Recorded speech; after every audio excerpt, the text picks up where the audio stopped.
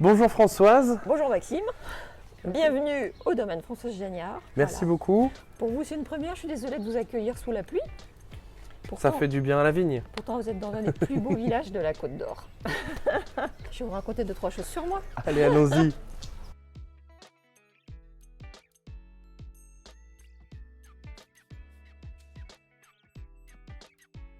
Donc, vigneronne de père en fille, Alors, voilà, c'est de famille. Oui, voilà, tout à fait, de famille. Et donc c'est vraiment une lignée de femmes qu'il y a eu avant moi. J'ai eu la chance de pouvoir m'installer en 2002. Je ne le savais pas avant que ça allait devenir ma passion. Et maintenant je le vis comme une passion et non pas comme un travail. Je le fais qu'avec du plaisir. Il y a des personnes qui ne comprennent pas que je n'arrive pas à décrocher de mes vignes, mais pour moi, c'est un besoin. Magnifique. Ouais. Et la succession peut-être s'engage. Et la succession est en train de s'engager, sérieusement, oui. Donc ma fille Alexandra retourne au lycée viticole. Elle reprendra le domaine le 1er janvier 2024. Voilà. Génial. On va découvrir tes vins ensemble. Oui. Justement, la cuvée Alexandra. Pernod Vergelès blanc, que l'on espère bien faire reconnaître en premier cru dans les années qui viennent. J'avais dédié ce prénom cuvée Alexandra à ma fille parce qu'elle nous avait aidé à sortir les cailloux et à planter la vigne. Quand j'avais goûté le vin, j'ai dit non, je ne peux pas l'appeler simplement Pernod Vergelès et je l'avais appelé cuvée Alexandra. Et bien alors on va goûter cette cuvée Alexandra. Ouais. C'est la première fois que je la goûte depuis sa mise en bouteille qui a été faite le 5 septembre l'année dernière. Donc là on est sur les prémices. Carrément. Et je vais voir comment elle répond. J'espère qu'elle me réserve une très belle surprise. Millésime 2020 qui a été un millésime chaud au point de vue météo. Mais comme on a manqué beaucoup d'eau en 2020, on se retrouve sur des maturités, sur des niveaux d'alcool assez équilibrés.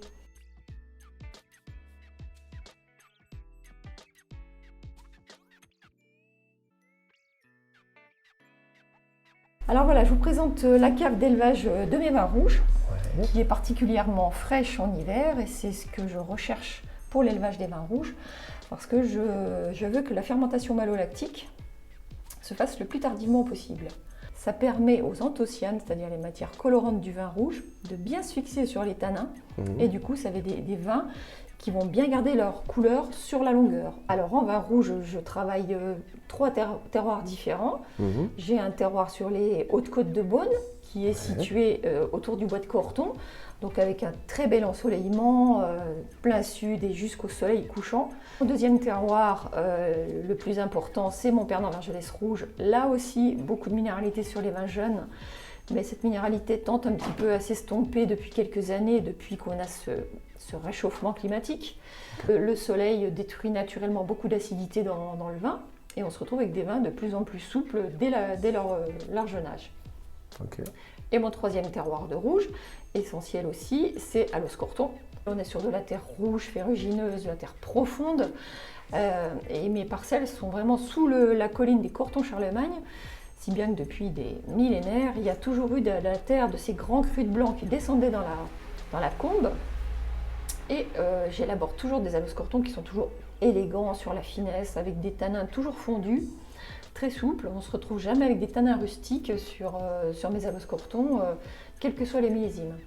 Tu as d'autres domaines en rouge, peut-être plus petits, plus modestes? Alors en rouge, j'élabore d'autres vins. Mais je ne suis pas propriétaire de la parcelle. Je vendange moi-même la parcelle. Chez moi, la vendange consiste à rentrer un raisin excessivement sain, c'est-à-dire qu'il est trié à la vigne. On ne met pas n'importe quoi dans son seau, on ne met pas un raisin sain à côté d'un raisin abîmé. Tous les grains sont regardés par le vendangeur avant de les mettre dans le seau. Et donc cette parcelle, qui est quand même très intéressante, c'est un Savigny premier cru des Vergelès, que j'aime bien parce que cette parcelle, elle fait vraiment la frontière entre l'île de Vergelès, qui est un premier cru de Pernod Vergelès très recherché, et les autres premiers crus de Savigny-les-Beaunes.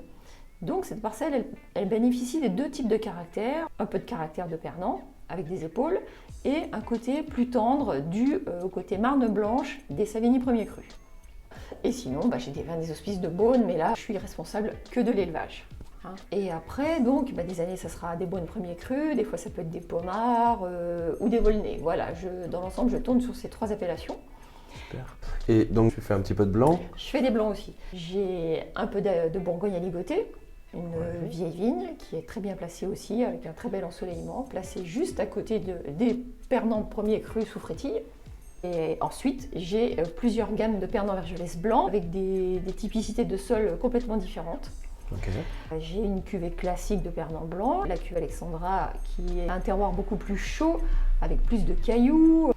Et à partir de ce millésime, je vais pouvoir vous sortir encore une autre cuvée sur un autre terroir qui s'appelle Ankara 2, parce que c'est une nouvelle parcelle et qui a une exposition complètement différente de toutes mes autres vignes. C'est la première que j'ai en soleil levant. Et ça, je n'en avais pas encore, parce que là, je suis plutôt plein sud et soleil couchant. Donc là, ça va changer aussi la typicité. Je vais avoir un vin blanc supplémentaire. Et j'ai aussi un petit peu de pernant vergelès premier cru sous frétille. Voilà, mais ça, c'est en petite quantité. On passe à la suite? Oui.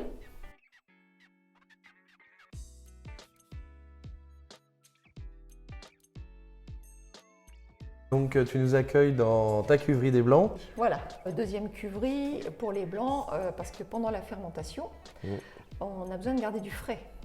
Oui. Et dans l'autre, on a du chaud.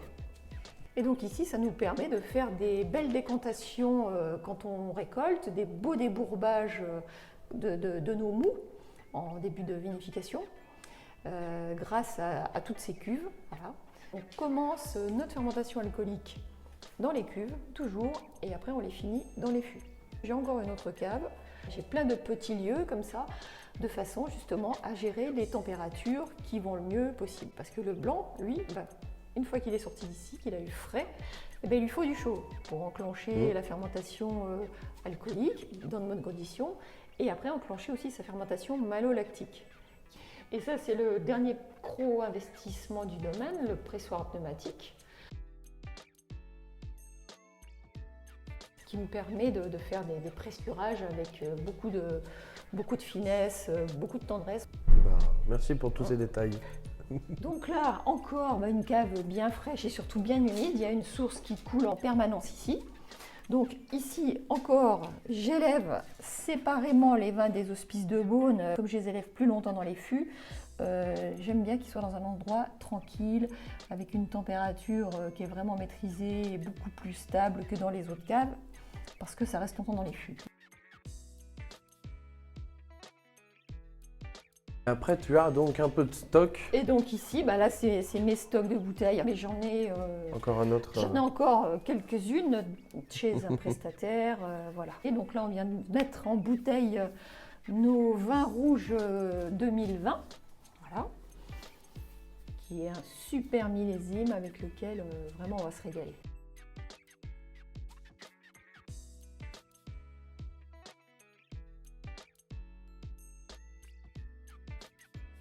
Alors, je vais vous présenter la dernière petite cave, mais là, on va aller visiter les blancs, la récolte 2021.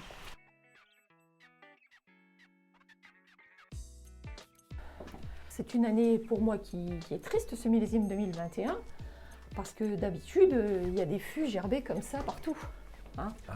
Et là, donc, sur ce millésime, mon Bourgogne à ligoter millésime 2021, il a été entièrement élevé en fût. Chose que je ne fais jamais. D'habitude, mon Bourgogne à ligoter, il est élevé dans des cuves inox. Mais là, comme il n'y avait absolument pas de vin, en même temps, ça m'a permis de faire un essai. Donc, le Bourgogne à ligoter élevé en fût de chêne. Voilà. Super.